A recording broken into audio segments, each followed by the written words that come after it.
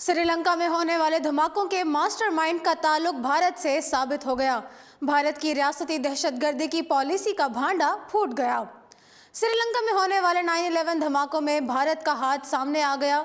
Media reports में बताया गया है कि श्रीलंका में दहशतगर्दी का इल्ज़ाम पाकिस्तान पर लगाने वाला भारत रियासती दहशतगर्दी की पॉलिसी पर अमल कर रहा है और इस पॉलिसी के तहत इसने पाकिस्तान की तरह श्रीलंका में भी दहशतगर्दी शुरू कर दी है। मीडिया रिपोर्ट्स के मुताबिक दहशतगर्दों का खुरा भारत के अंदर से मिल गया है। श्रीलंकन धमाकों में मुलव्विस दहशतगर्द तंजीम जमात-उत-तौहीद के ताने बाने भी भारत से जा मिले हैं।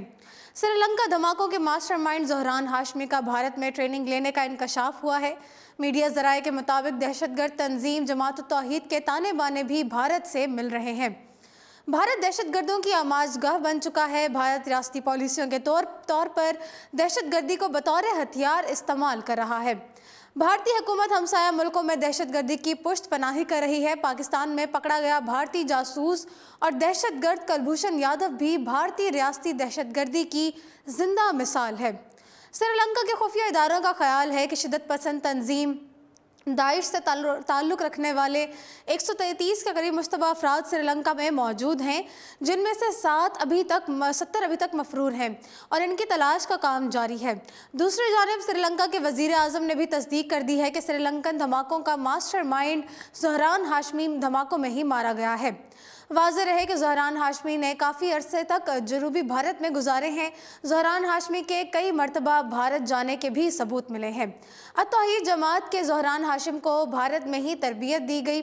गुज़श्ता रोज़ श्रीलंका की खुफिया एजेंसियों ने इत्तला दी थी कि शंग्रीला हमले में मुलव्विस एक मुकामी शिद्दत पसंद गिरोह के सरबराह ज़ोहरान हाशमी को हलाक कर दिया गया।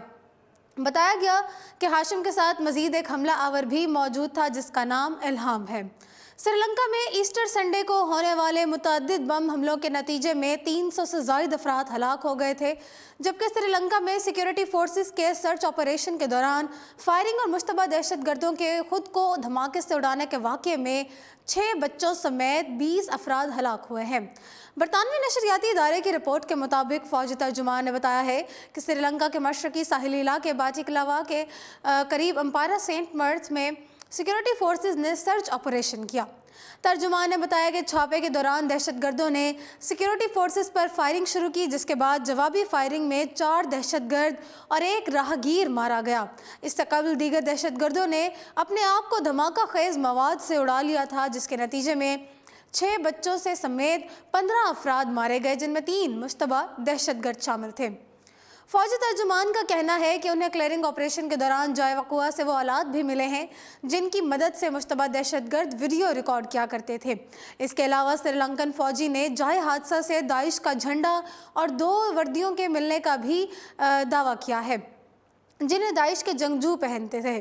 ख्याल रहे कि कबल अज़ीम मिलिट्री तर्जुमान की जानिब से बयान सामने आया था कि अम्पारा सेंटर में धमाके की आवाज़ सुनने के बाद जब सिपाही तहक़ीक़ात के लिए वहां पहुंचे तो उन पर फायरिंग की गई।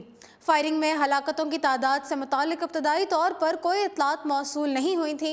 21 अप्रैल को गिरजा घरों और होटलों में होने वाले धमाकों में 300 से ज़ायद अफराद हलाक हुए थे, जिसके बाद पुलिस ने तफ्तीश का दायरा कार वसी करते हुए मुल्क भर में छापे मारे, जबकि दाइश की जानिब से धमाकों की जिम्मेदारी कबूल कर ली गई थी।